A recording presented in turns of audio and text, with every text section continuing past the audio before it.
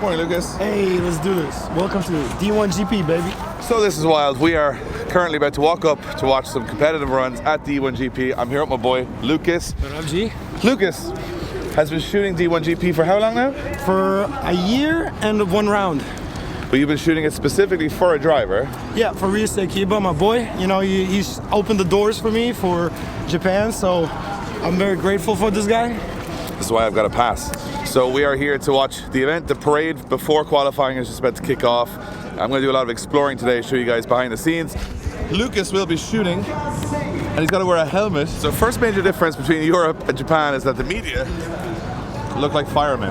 Yeah, but please, Dave, don't take this one back to Europe, please. They barely wear, I don't know, jumpers or t-shirts when it comes to Europe, and they got to wear helmets here. But look at this for a moment. We are here in the middle of Tokyo City at Odaiba. Just heard Daigo Saito get announced in person. It's going to be a wild day.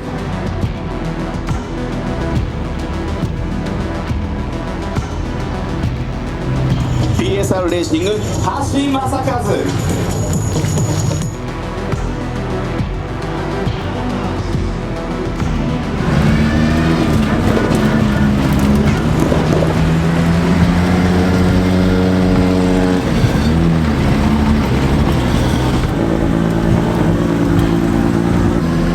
I managed to get a behind the scenes access here this weekend, which is really cool. You can see crowds starting to fill in here in the early morning. The cars are wild, beautiful.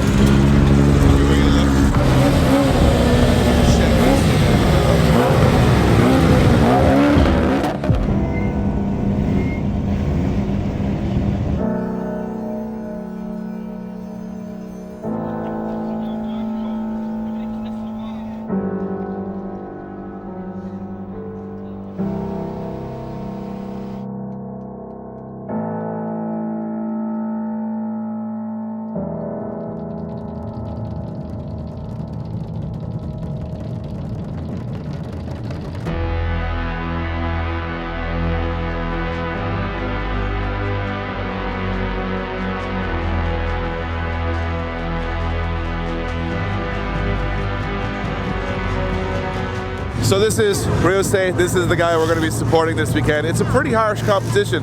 First thing I've heard that's very different than Europe is that only 16 drivers qualify. So usually in Drift Masters, you'd have 55 drivers maybe going for a top 32.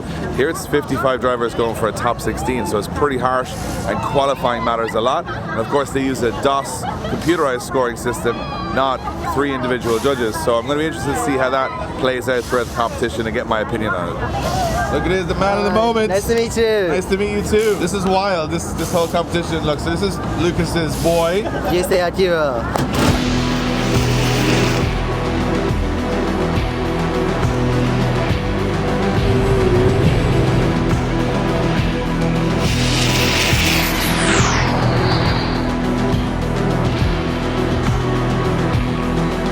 How long have you been drifting?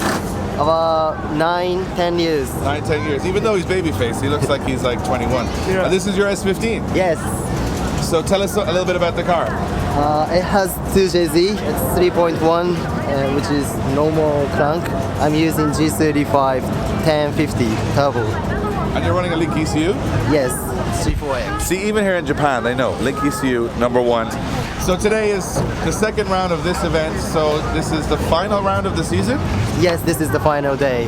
And you've been doing pretty good. The last event you podiumed, right? Yeah, last one I had, podium.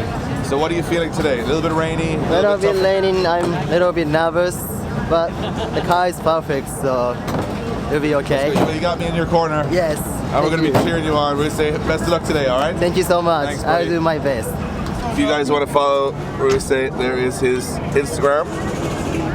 So qualifying is kicking off in a couple of minutes time, but I got to do a little walk around the pits because this is wild that there's, I don't know, it's strange that you see all these cars for years and years, maybe even previous iterations of these cars with these drivers, but when you're here in the flesh, it's kind of different because everybody here is, I don't know, like they've been in the game for a very long time. If you look at like the likes of Kawabata, the new GR86, 2 factory-backed GR86s and an A90 Supra. Like everything is, obviously these are Japanese companies, Toyota is a Japanese company, but the fact that they're backed for drifting, and there's so many GRs, it's super cool. So I'm going to try and find some more interesting stuff that might be different than back home, and yeah, definitely a rotary wide body or X7 is different than back home. This is a actual Rocket Bunny sponsored car.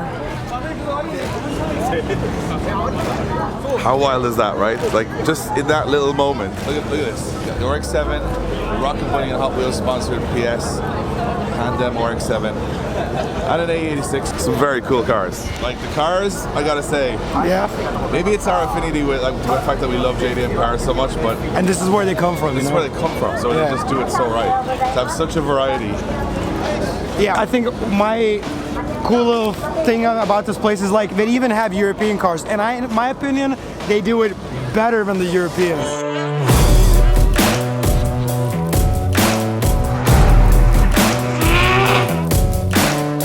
They're Hishiki kitted, so they're European kitted. But something about it, just like the way the detail, you know, is just Yeah, I get it. is just a little different from what we would do. Yeah, I think they put a lot more time and effort into the aesthetics, like into how the livery looks, how the car looks, the wheels. It's not just function, there's a lot of form. I think it's kind of like they started drifting here, so when it started, it was all about style and performance. And you can see that they still very much keep the style side of things going, where we're more maybe on just the function in Europe now. Yeah. But a bit of style, like let's say 2% style thrown in at the end. They're throwing like 30% style at these because that's part and parcel of the show. The driver of this car, and the first event that I actually met him, he saw me in a Drift Masters hoodie, and he came up to me and he's like, "Hey, can I have your hoodie?" And he made me take it off my back, and he gave me his shirt, and he loves his Drift Masters. He's like, one day I want to drive for Drift Masters. And he's That's wild because it's crossing over. Yeah. Like the fact that the Japanese are watching what we're doing in Europe, that's wild. And already a couple of people have said hello to me. Obviously, a big thing part of that is Nakamura. Yeah. Right, Nakamura competing in Drift Masters has brought the eyes of the Japanese fans to Europe. So we're going to catch up with him in a little bit. But yeah, I want to just go check everything out. It's just a little bit overwhelming right now because I'm standing in the middle of a pit area for D1GP, which is a little bit wild. Feels like a dream. Dave, I don't think I've ever seen you in the fanboy mode. I'm in fanboy mode here. It's natural Dave in fanboy mode. Yeah, I'm actually a little bit blown away. So I'm going to try and keep it together, keep this video moving, and find out, I don't know, I want to find more cool stuff. These are some cars that you'll probably recognize from so many videos over the years. They haven't changed their livery much. It's the D-Max team. Iconic looking cars. For sure. And Masao Sagrana and Yukoi are still driving them, and they're from back in the day. So it's really cool that we still get to see the legends drive these cars. Like this Yukoi's car, I think, hasn't changed the look in like 15 years, maybe 10 years, 15 years. And it's just an iconic look. It's got a little bit more chromy over the years, but they are the D-Max team, which looks really cool. Our boy. This is our boy from Drift Masters, who's #1 in the championship right now. So #1 in the championship, Naoki Nakamura. He drives a GR86 in Japan, which is it's fresh. It's a fresh car. Like they're getting brand new chassis from Toyota, from GR, and Custom wheels. Just for Naoki. Just for Naoki. this thing is quite cool. I mean, the GR. I'm not the biggest fan of the GT86, but I have to say they've really refined it with the GR86. And I'm gonna have to talk over this very loud PA of. It's very weird English. I've raced 1,000 times. English. Get in the fight! I think the difference between European drifting and Japanese drifting is it's an element of style here, but also remember the market for these cars isn't as big in Europe as it is here. So a lot of the body kits, the wheels, the additional, I suppose, modifications that are done, they come from here, so they're not as expensive. Daigo's A90 Supra here. This place is just wild. All the cars you see, all the cars on the internet in one place. In one place, just for you. I set this all up for you, Dave. He kind of did, but he kind of was already here, so it's not too bad. But we're going to keep moving along. Some interesting stuff here. So this is one thing I've noticed. In terms of drift builds, I think they're probably a little behind. Because they still do like tubbed arches, even though these are carbon. Kind of like, it's like a similar setup, but not overly complicated. Not to the point that it's like, I would say, a custom built car. It's kind of like old school tech with a little bit of modern touch in the turbos and the way the engines are built, but still quite haven't changed in maybe like 15 years. Rocket Bunny guy. Hello. There you go. So that's a classic moment where that guy is the designer and owner of Rocket Bunny and Pandem. So, you know, just bumping into him in the pits, Lucas. Not being a fanboy whatsoever. Me and Lucas are like, is that really him?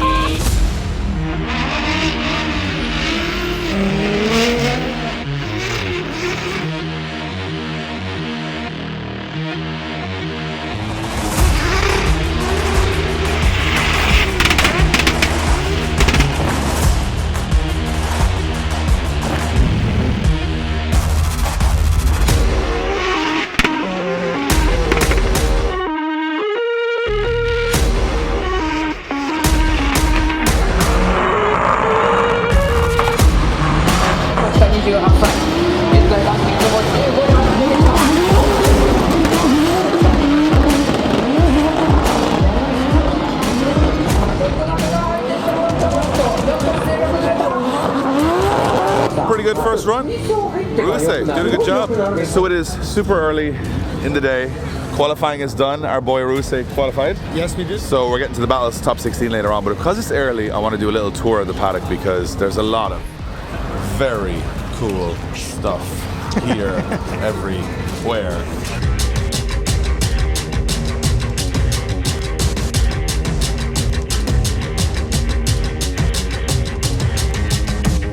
So biggest stand in the paddock is Liberty Walk, and they have unveiled their new silhouette kit for the Murcielago.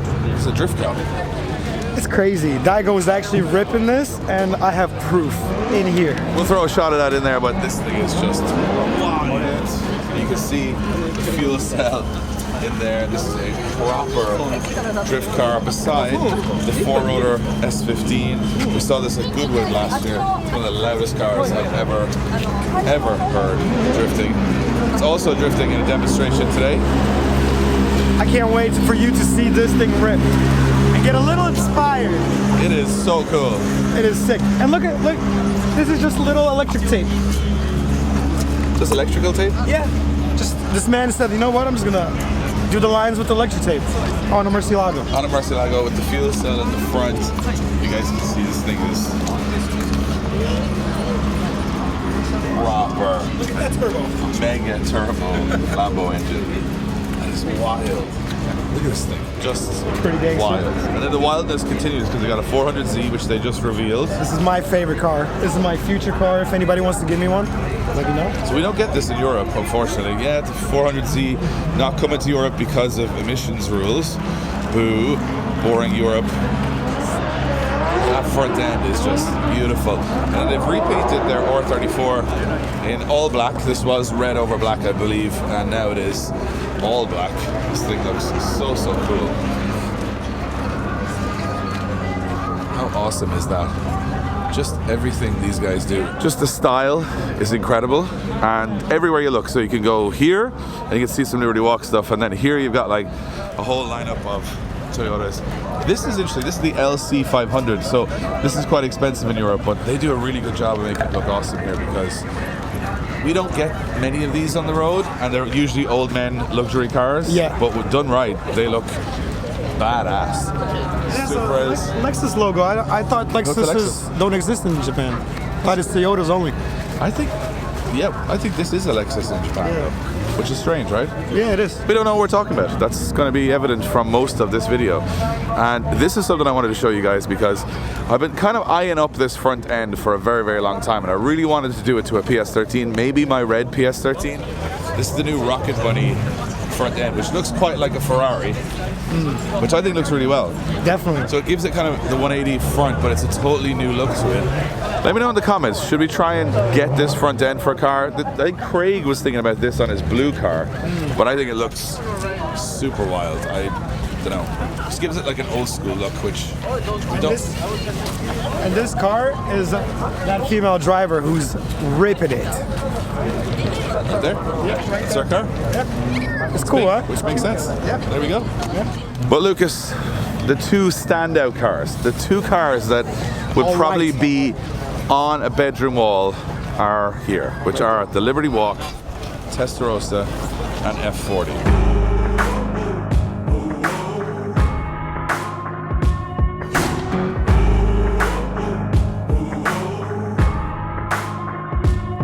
I made the devil run. This is probably the most internet-friendly car at the moment, right? Yeah, it's a showstopper.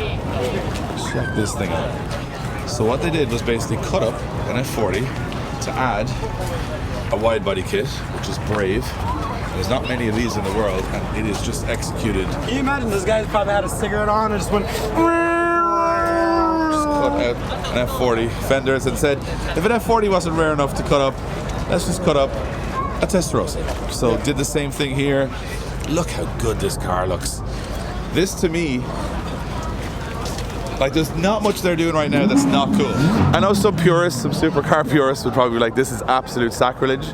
But when you see this parked beside this, that is some wild, wild stuff. And yeah, Japan, Liberty Walk, doing things very well.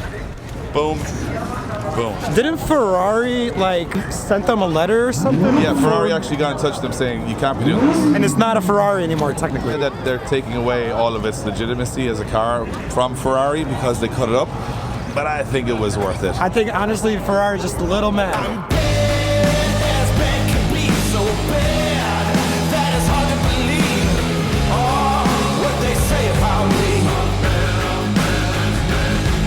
It's getting a little busier now, so I don't want to be pushing people out of the way, but there's some standout cars here, like this S15. It's just, I am a fan, a big fan of this S15. You gonna get a number plate? I think I'm gonna get a number plate for my Skyline. Oh, look at the super one. God's engine here. I'm gonna buy lots of Japanese plates. That's it. I was gonna buy hoodies, I was gonna buy t-shirts, I was gonna buy stickers, but I think I'm just gonna buy a ton of plates. I think what's really funny is when you nerd out a little bit, because we always import like option DVDs, option magazines, and then here you can just buy them and they're just sitting here beside this beautiful R33 GTR. Fully restored or original, I'm not sure, but just spotless, incredible.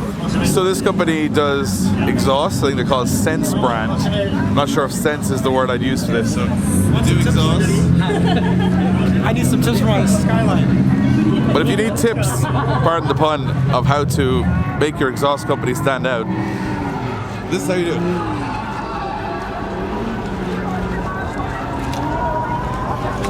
What in the world? I'd say she's some yoke to boo. What is this? What's this? When 7 exhausts just aren't enough. 1, 2, 3, 4, 5, 6, 7, 8, 9, 10. 10 exhausts. That's the future. Oh, look how cool this is. Up garage 86.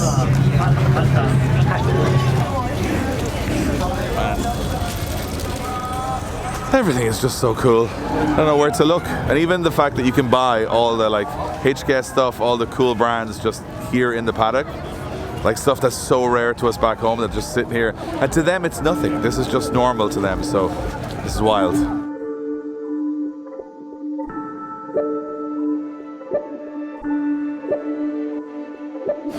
So one of the cars that's really popular here and popular back home is the GT86, but it's kind of always had the same couple of kits.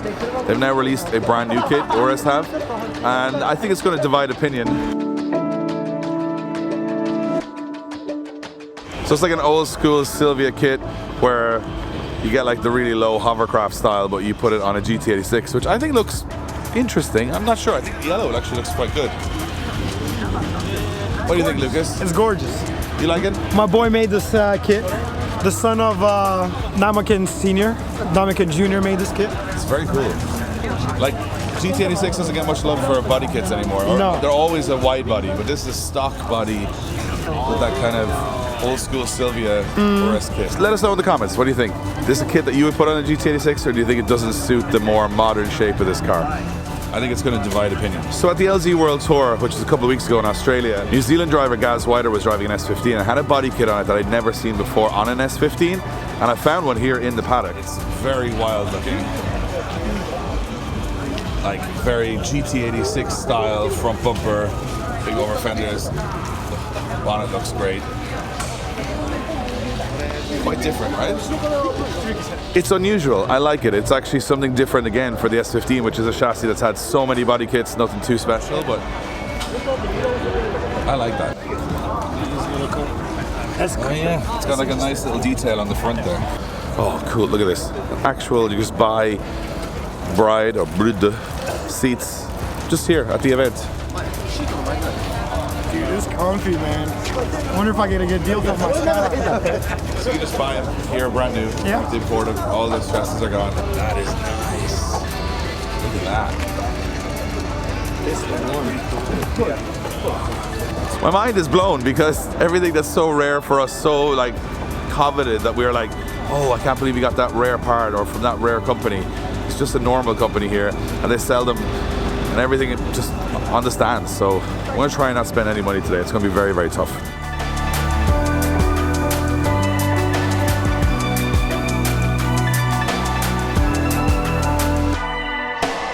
Alright, so we have a big reveal in this video. We didn't want to let the cat out of the bag too soon, but we have found Josh's new 2024 drift chassis. Now Josh has been complaining all year that the MX-5s that he runs are too big. They're just too big a car, too comfortable.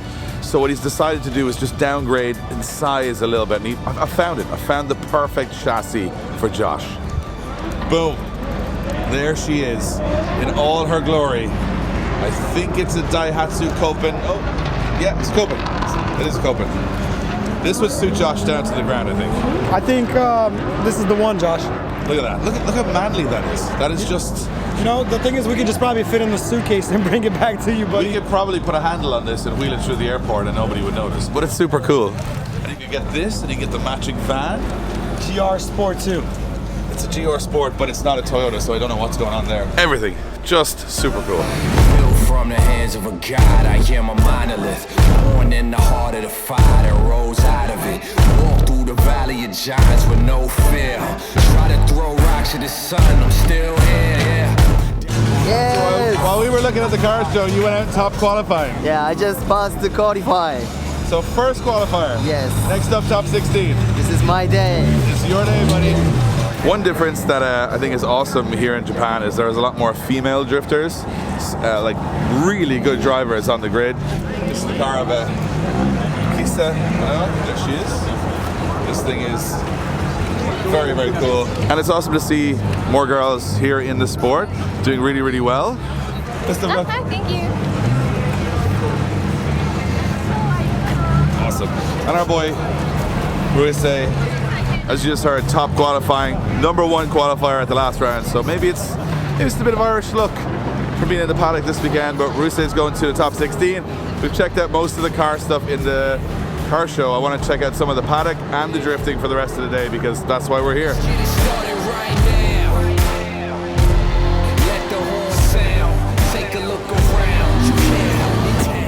Okay, so things are very quiet at the moment because the drifting has stopped, but the demos are about to begin and Liberty Walk are about to fire up their 4-rotor S15 and Lamborghini Murcielago drift car for a drift demo. Yes, that is real life, and look at the crowd they've drawn.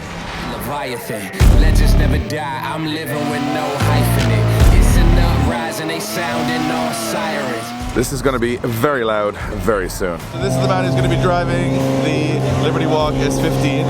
Hey guys, I'm Q Fausto. If you never know me before, I'm a driver in Formula Drift Japan. I also drive the same car in Formula Drift Japan but with Su JZ. I'm a Saito X Japan owner. We are the Bistro all the time, work with Saito's experience, and yeah, and we're here today in driving D1, and we met this amazing guy doing crazy work around the world. So you're actually running the competition we're going to be driving in, Yes. in Ibisu later in this series. So he's got a new track for everybody as well, which means nobody has done it before. That's the fun. That makes me happy. But we make easier also because we hire the track on Thursday, so you guys can drive whole day there Thursday, and you'll be able to drive on Friday without no problem. So all the boys from the YouTubes are doing loads of practice, which will count for nothing because we got to do a new track, which I'm excited about. So you've driven the 4-rotor before. We saw it in Goodwood last year. Yes. It's a wild thing. I know. Like 4-rotor twin turbo. Twin turbos. 1200 horsepower. It's so loud. It's very loud. It's like the guy came to my door and tried to talk to me. I was like, No idea. bro, just send me a message, you know? It's so loud. My But favorite yeah. part is that I'm having this interview before they start the car, because once he starts it, no point no, whatsoever. yeah. Well, listen, enjoy, Thank you. have fun, and make lots of noise. Let's go.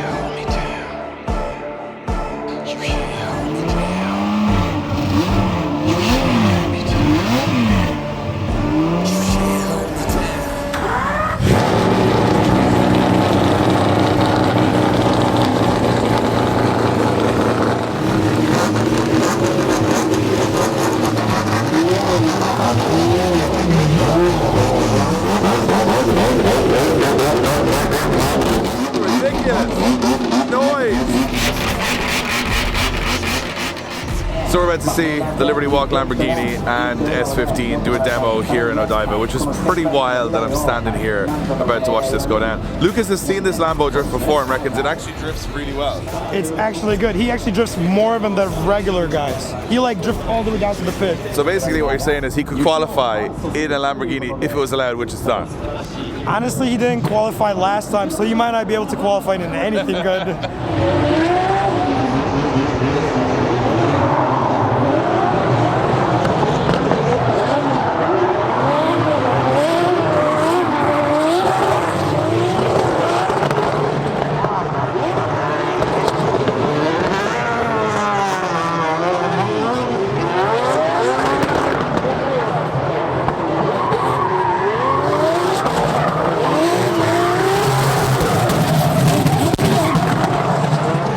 The noise!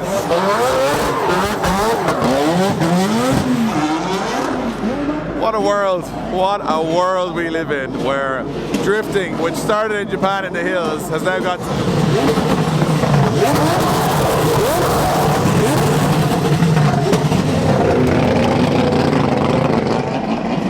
madness.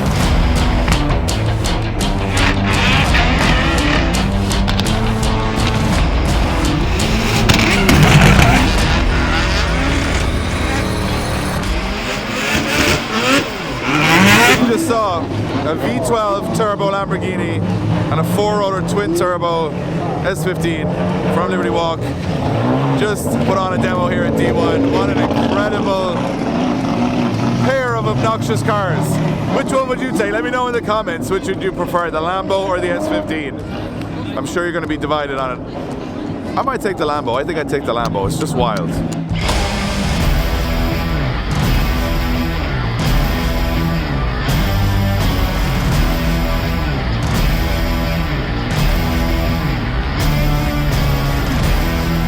So this is pretty wild. I'm going to watch the D1GP finals in the bleachers with all the fans. Usually I'm pretty self-conscious about filming myself, but nobody here can understand what I'm saying. So yeah, 20 years later from watching option DVDs, I'm sitting in the stands watching D1.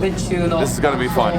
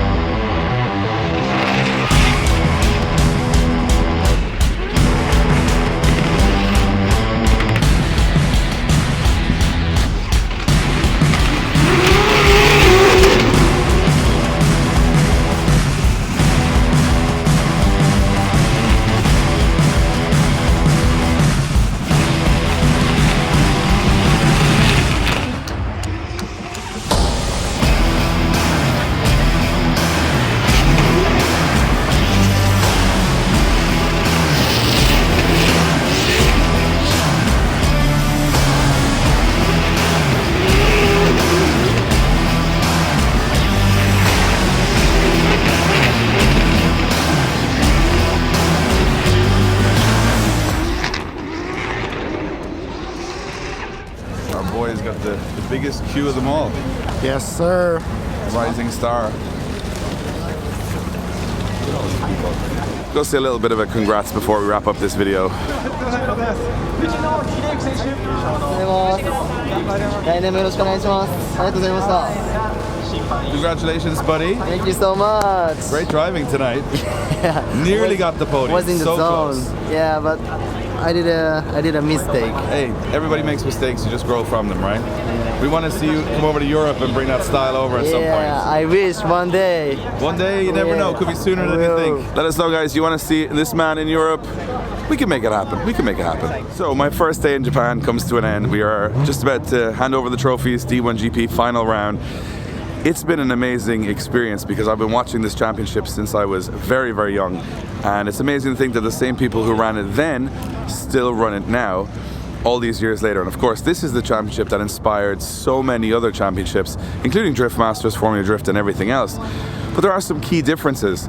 I would say it's hard to say which is best or worst. That depends on your personal preference. It show runs pretty fast.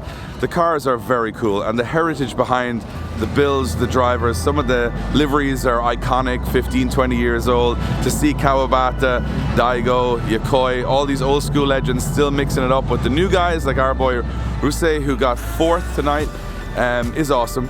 And the fact that so many of the cars are factory backed from Toyota or whoever, and all the brands involved, you know, are the coolest brands. We all want those brands. However, that said, not major big rigs in the pits or big trucks. They don't really do that here in Japan. So when it looks like a professionalism, maybe Drift Masters and FD have a little bit of an edge that way. And I find the judging style quite unusual because you obviously use the DOS system, which is fine for qualifying, I guess.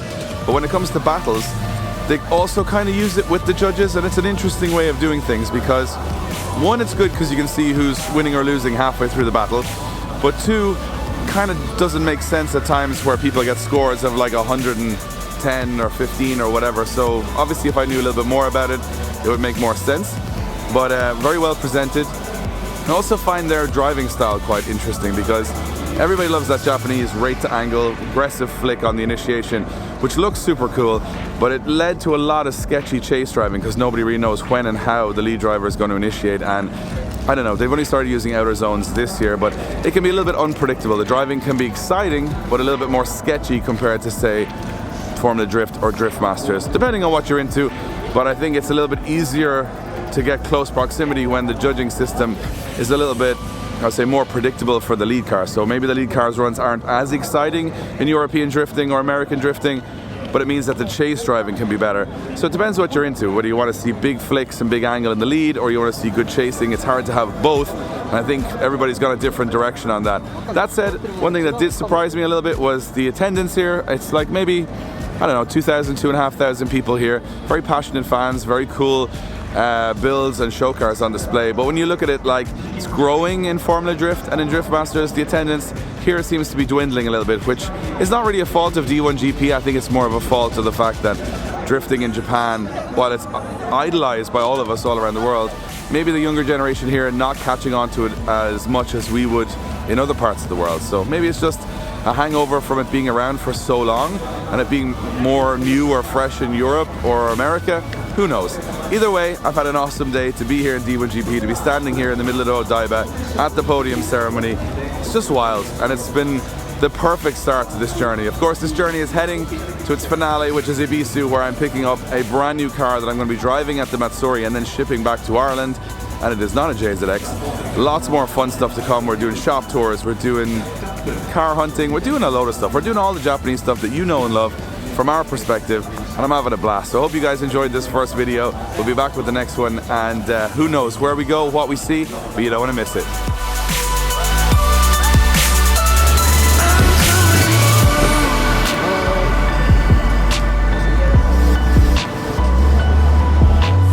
It's me. Thanks for coming, Dave.